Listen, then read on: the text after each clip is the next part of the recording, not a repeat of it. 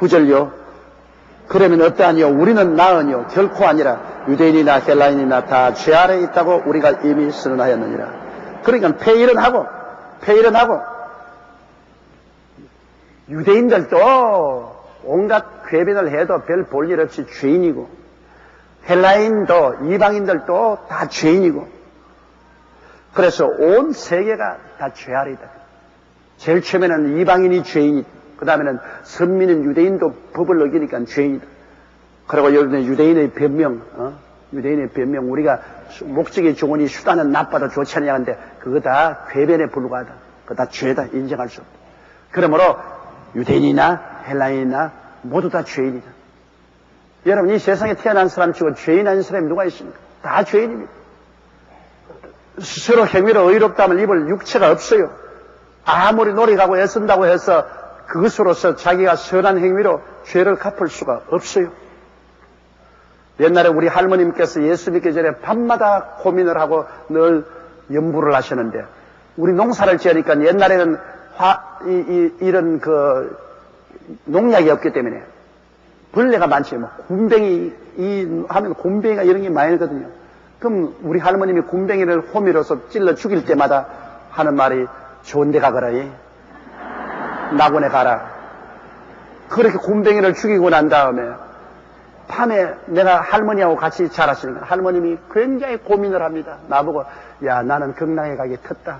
농사를 짓고 있는 이상 경랑에 가게 텄다. 그러니까 너무나 많은 굼벵이하고 풍뎅이하고 이런 걸 죽이고 있는데 저게 다 우리 조상일 수도 있고 나무 조상일 수도 있단 말이야. 그래, 내가 살인죄를 이렇게 짓는데, 살생을 하고 있는데 내가 어떻게 낙원에 가겠는가.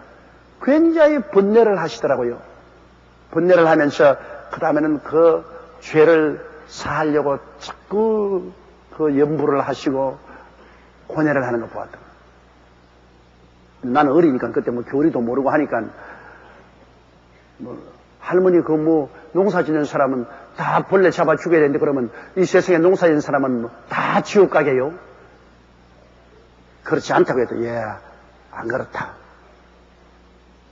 그러니까 다 죄인 아닙니까? 농사 짓는 사람 전부 다 살생하니까 다 죄인 아닙니까? 우리 선교사 이야기 들으니까 인도에 어떠한 한 성자가 자기는 절대 살생 안 한다고 해서 절대로 안 죽여요. 절대 살생 안 해요. 그러므로 자기는 거룩한 성자라고. 그래서 하루는 데려다 놓고 그 사람 보고 당신 물을 마시느냐? 물이야 마신다. 근데 난 살생은 안 한다. 당신 물 마시면 얼마나 많이 살생하느냐? 물 한 방울에 해서 현미경에 딱 내가 현미경 한번 들어버려. 물 안에 막 균이 와글와글 하거든요. 여러분, 보통 물 안에도 대장균이 얼마나 많습니까? 그걸 보여주고서 당신 매일같이 얼마나 많은 살생을 하는지 아느냐?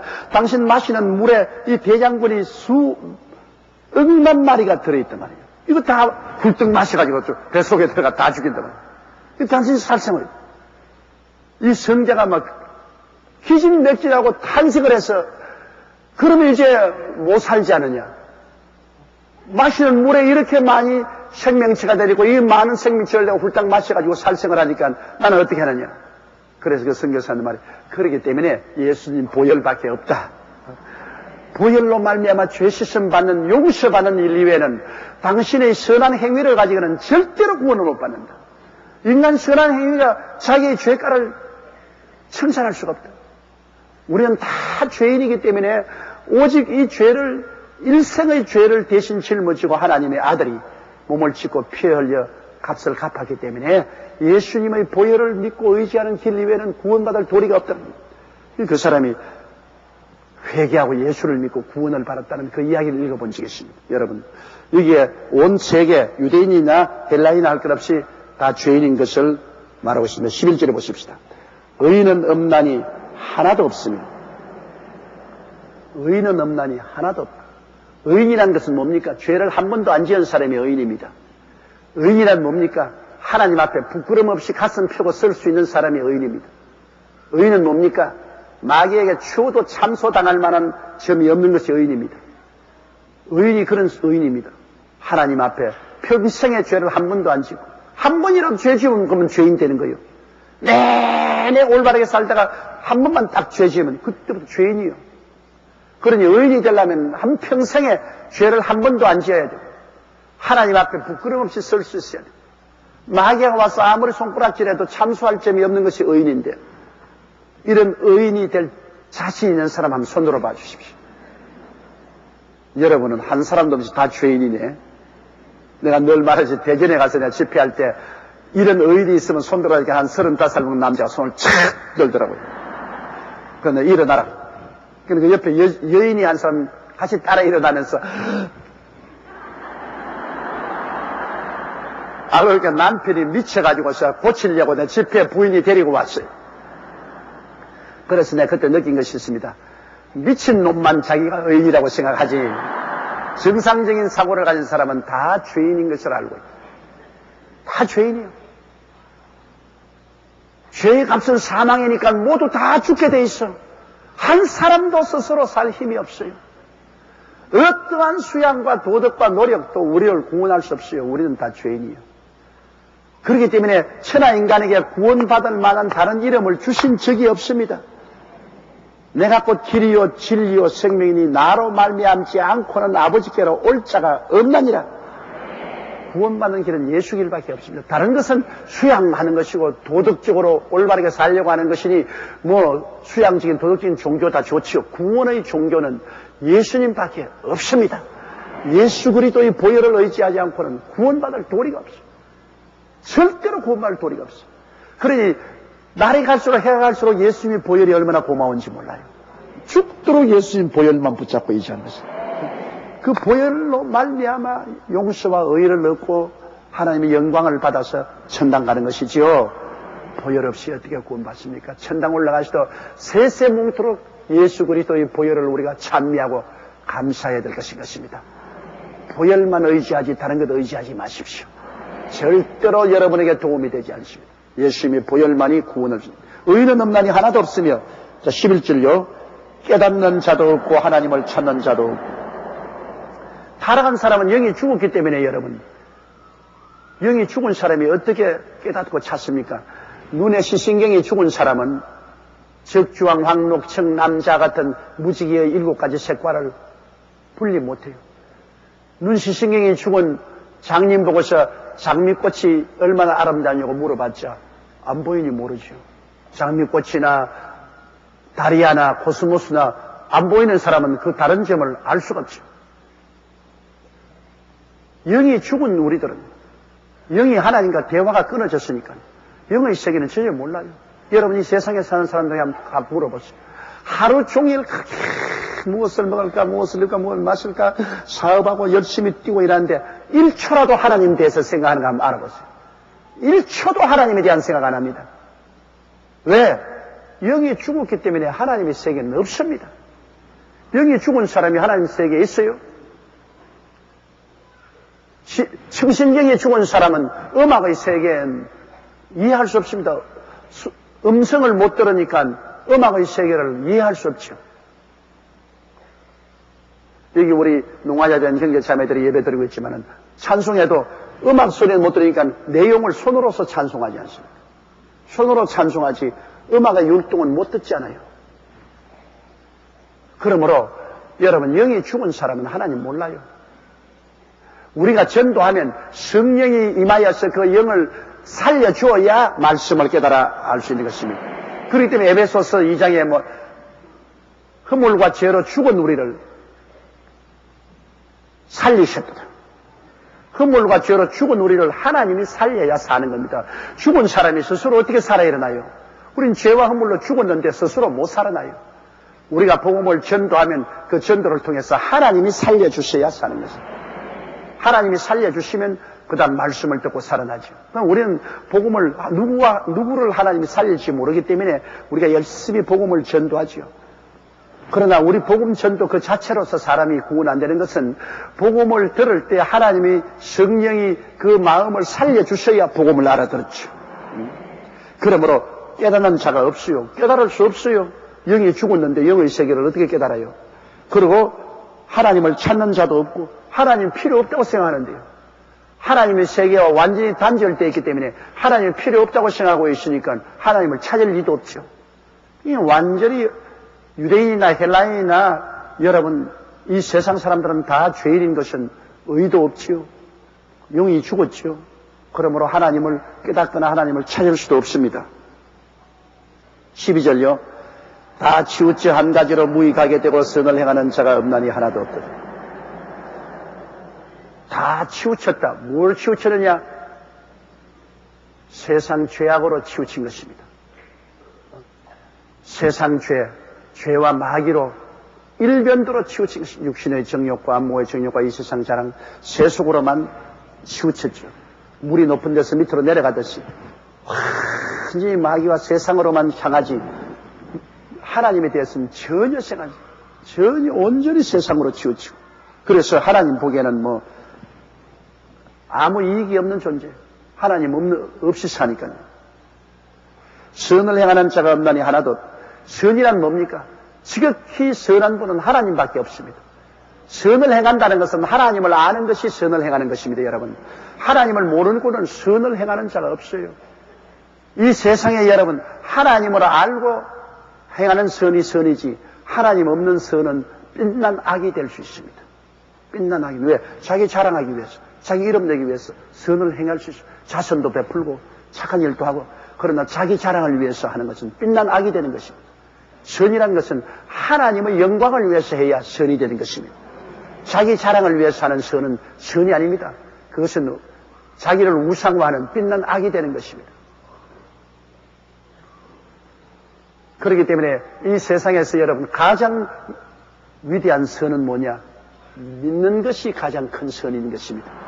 하나님을 믿는 것이 이 세상에 지극한 선이 되는 것입니다. 가장 큰 악이 무엇이냐? 하나님을 믿지 않은 불신앙이 가장 큰 악인 것입니다. 하나님 믿지 않기 때문에 모든 부정과 부패는 다 행할 수 있으니까요. 하나님 없이. 그러니까 불신앙이 가장 큰 악이고 가장 큰 선이 믿는 것이 가장 선인 것입니다. 그러므로 믿음이 없이 행하는 선은 전부 다 빛난 악입니다. 그건 아무 가치가 없어요. 13절요. 저희 목구멍은 열린 무덤이요. 그 혀로는 속임을 베풀며 그 입술에는 독사의 독이 있고. 이 세상 사람들의 형편입니다. 목구멍이 열린 무덤이니까, 무덤이라는 것은 여러분 시체들이, 죽은 시체들이 들어있지 않습니까? 사망의 시. 입만 열면 우리는 사람들을 죽이는 일을 하니까요. 도적질하고 죽이고 멸망시키고. 우리 세상에는 입만 열면 남의 흉보고 남 핥히고 남 못되게 하고 그러지 않습니까?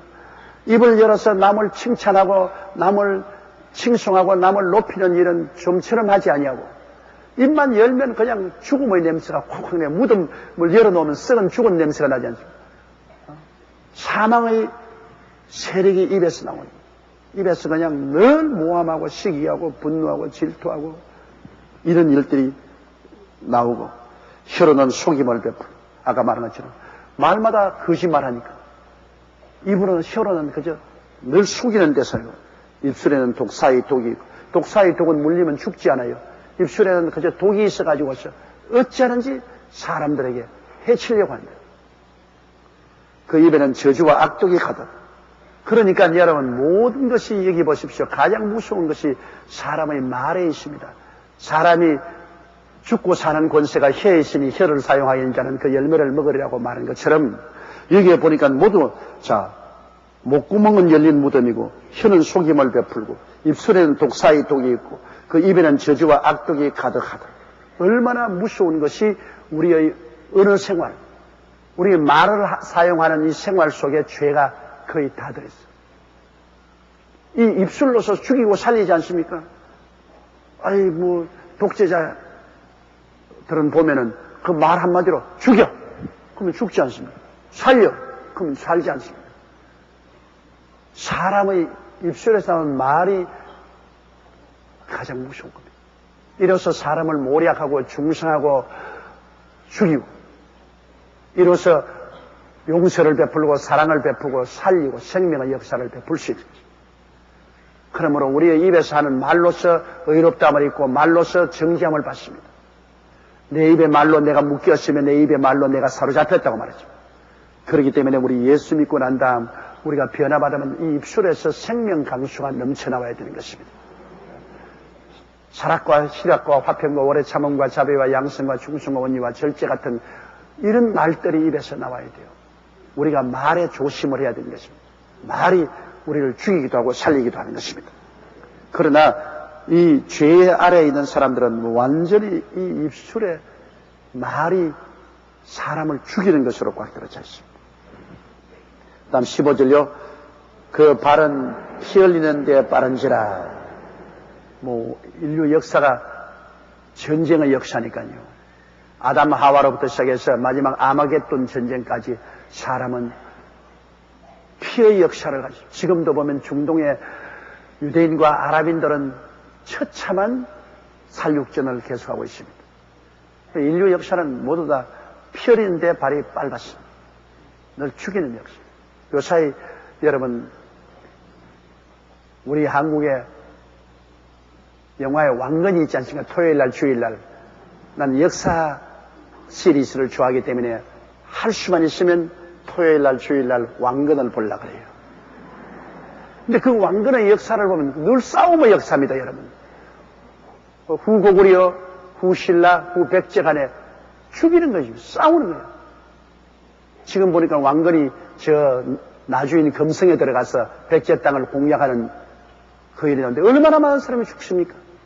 그러니까 한국의 역사도 늘 전쟁의 역사요, 늘 피 흘리는 죽임의 역사입니다. 그럴 때 안 태어난 거 정말 감사해요. 여러분, 늘 우리 지금 백성들은 늘 그냥 전쟁에 나가서 죽고 비참하지. 6.25를 체험한 우리들은 전쟁이라면 몸서리가 납니다. 어떻게 하지 전쟁 없이 살아야 돼. 우리 대통령께서 햇볕 정책을 통해서 남북 간에 전쟁하지 않고 서로 살게 하자는 것은 정말로 위대한 일입니다, 여러분. 우리가 기도하고 뒤를 전적으로 밀어서 전쟁 없이 살도록 해야 되는 것입니다. 우리 세대도 그렇고 우리 후세대도 그렇고 남북이 통일이 안 되더라도 서로 대화하고 타협하고 화합해서 전쟁 안 하고 살아야지.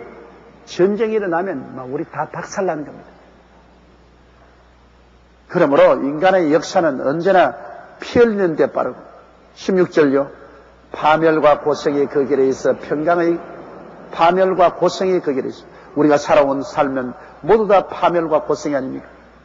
짧은 역사를 보더라도 제1차 세계대전이 유럽이 다 초토화되어 제2차 세계대전 유럽과 전 세계가 초토화되어 사람이 그냥 늘 전쟁을 통해서 파멸과 고생이 그냥 확 들어찼어요.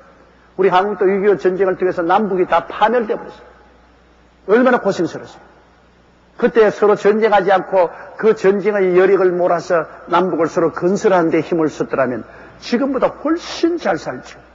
그 많은 자원을 서로 죽고 파괴하는 데 썼기 때문에 얼마나 큰 손실이 있습니까? 17절요.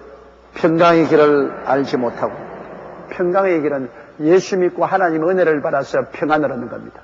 예수 믿고 하나님 은혜를 입어야 평안이 있지. 예수 믿고 하나님 은혜를 의지하지 않으면 인간에게는 언제나 불안이 있고 언제나 미움이 있고 싸움이 있습니다. 18절요. 저희 눈앞에 하나님을 두려워함이 없느니라 한 것. 하나님 모르는데 하나님을 왜 두려워해요? 하루까지 범 무서운 줄 모른다고. 하루까지가 이제 나 태어났을 때는 범을 못 봤기 때문에 범이 안 무섭지. 범을 자꾸 보고 알면은 범 무서운 줄 알죠. 우리 예수 믿는 사람은 하나님 믿고 하나님을 경험하고 하나님을 알게 되니까 하나님 무섭죠. 그런데 안 믿는 사람은 하나님 내 주먹이나 믿더라. 어떻게 그런 소리 합니까? 그러나 하나님이 누군지 모르기 때문에 하나님이 얼마나 크시고 광대하시고 위대하신 절대 주권자를 모르기 때문에 금방인 소리 하죠. 하루까지 범 무서운 줄 모르고 박살이 날라고 몇 분 박살이 나면 그때 겁나는 줄 알죠. 하나님 무서워하는 것을 몰라요. 이게 바로 온 세계 사람들이 처한 처지입니다. 이방인, 유대인 할 것 없이 통째로 틀어서 오늘 여기 성경에 말한 대로 이대로인 것입니다. 시편 14편 1절 이하에 있는 이대로인 것입니다. 하나님이 보실 때 이러한 사람들을 여러분 인간 스스로의 자격을 가지고 구원을 받을 수 있다고 볼 수 있습니까? 전혀 없죠. 이런 사람들이 스스로 자격으로 하나님 앞에 설 도리가 없어요. 그렇기 때문에 하나님이 세상을 이처럼 사랑하사 독생자를 주셨으니 누구든지 저를 믿으면 멸망하지 않고 영생을 얻으리라. 독생자 예수를 주셔서 예수님이 이 무수한 죄를 당신이 대신 짊어지고 십자가에서 갚아주시게 된 것입니다. 죄를 안 갚아주고는 그 죄가 청소는 안 되잖아요. 빚진 사람이 여러분 빚을 갚아줘야 빚 없는 사람이지, 안 갚아준 다음에야 평생 빚쟁이지. 이 말로 다 할 수 없는 죄악의 빚을 예수님만이 갚을 수 있어요. 왜냐하면 예수님은 하나님이시고 그 완전한 사람이시고 죄를 지은 적이 없기 때문에 빚 없는 사람의 빚을 갚아주지, 빚쟁이가 남의 빚을 어떻게 갚아요? 빚 없는 사람이 남의 빚을 갚지. 내가 빚진 사람이 남의 빚을 못 갚잖아요. 예수님은 죄의 빚이 없기 때문에 모든 인류의 빚을, 평생의 죄의 빚을 다 대신 짊어지고 예수님이 청산했습니다. 그 예수님이 그 죄악의 빚을 다 짊어지고 십자가에서 하나님께 얼마나 혹독한 심판을 받았습니다. 하나님의 아들이라도 하나님께서는 인정사정 없이 심판했습니다. 예수님이 여러분 십자가에 당한 그 고통과 괴로움은 우리로서는 상상 못합니다. 왜? 죄를 알지도 못한 그가 또 하나님이 그 아버지에게 십자가에서 버림을 당하고 혹독한 심판을 받고 죽음을 맛본다는 것은 그 고통의 높이와 깊이와 넓이를 측량할 수 없습니다. 몸서리 나는 고통을 주님이 우리 위해서 당했다는 것을 우리가 기억해야 되는 것입니다. 우리 손톱 밑에 바늘, 손톱 밑에 무슨 뭐라 그래요? 바늘 같은 건 그거 들어가도 밤새도록 아파서 잠을 못 자는데, 예수님 십자가의 고통은 육체적 고통이 문제가 아닙니다. 그 영적 정신적 고통입니다. 하나님께 버림받고 하나님과 버림받은 적이 없는 하나님과 함께 계시는 그 어른이 하나님께 버림을 당하고 지옥의 고통을 당하는 엄청난 고통과 대가를 지불했습니다. 그 아들을 십자가에 못 박고 난 다음에 그를 심판한 아버지의 마음은 어떻겠습니까? 아버지와 아들 성령 삼위일체가 우리 인류의 죄를 대신하기 위해서 당한 그 고통과 대가는 형언할 수가 없어요. 그렇기 때문에 너무나 주님의 고통이 컸기 때문에 은혜도 큰 겁니다. 예수 믿으면 무조건 하고 은혜를 주시는 거예요. 무조건 하고. 너무나 큰 대가를 지불했기 때문에 무조건 하고 죄를 지었음에도 불구하고 못났음에도 불구하고 버림을 받아야 마땅함에도 불구하고 그냥 용서하고 그냥 은혜 주는 거예요. 그러나 가장 무서운 심판은 이 그리스도의 피 흘린 대가를 무시해버리는 거예요. 이 어마어마한 고통으로 구원해 주신 그리스도를 무시해버리는 거예요. 믿지 않는다. 예수님 배반은. 그 은혜에 대한 배반은 뼈가 아픕니다, 여러분. 하나님께서 나중에 심판하실 때 가장 무시무시하고 무자비하게 심판하신다고 했습니다. 그것을 성경에는 표현하기를 하나님이 그 보좌에서 나와서 해산하는 여인이 임산했을 때 어린애기 낳기 전에 얼마나 고통을 당해 하나님이 구로하는 여인처럼 몸부림을 치면서 죄인을 짓밟겠다 그랬습니다. 그냥 짓밟는 게 아닙니다. 하나님이 너무 분해가지고서 몸부림을 치면서 하나님 짓밟겠다 그러는데 얼마나 무섭습니까, 여러분? 얼마나 사랑에 대한 배반에 대한 하나님의 심판은 어마어마한 겁니다. 한없는 사랑을 해주는데 그 사랑을 비웃고 짓밟아버립니다. 거기에 대한 진노는 형언할 수가 없는 것입니다. 그렇기 때문에 예수 안 믿는 것 자랑으로 생각하면 큰일입니다. 예수 안 믿고 하나님을 배반한 사람들이 나중에 받을 심판이 얼마나 몸서리친다는 것을 알아야 돼요. 그리고 우리 믿는 사람들에 대한 하나님의 은혜가 얼마나 크다는 것도 알아야 되는 것입니다. 하나님은 그 은혜가 우리에게 영원히 얼마나 큰 것을 나타냅니다. 예수님의 피 흘린 고난이 너무나 컸기 때문에 거기에 대한 대가로서 주는 은혜가 너무나 큽니다. 예수 그리스도를 믿고 사랑하는 사람은 하나님이 한없이 은혜를 베풀고 끝까지 붙잡아서 구원하는 것입니다. 예수님을 배반하지 않은 사람은 끝까지 붙잡아요. 그러므로 여러분은 한번 하나님의 은총으로 구원을 받았으니 끝까지 배반하지 마세요. 어떤 일이 있어도 배반하지 마세요. 살면 얼마나 더 살겠습니까? 이 세상에 얼마 남지 않은 짧은 삶 그것 누리려고 예수 그리스도 배반하는 어리석은 사람이 되지 말아야 돼. 영원한 영광이 우리 눈앞에 놓였는데 그리를 올인해야지. 이 세상에 썩어질 것 잠시 잠깐의 일락을 위해서 영생을 버린다는 것은 이건 너무나 큰 손해입니다. 그러므로 우리를 구원하신 예수님을 항상 찬미하고 그 보배로운 피를 늘 의지하고 감사하며 사는 여러분 되시기를 주의 이름으로 축원합니다.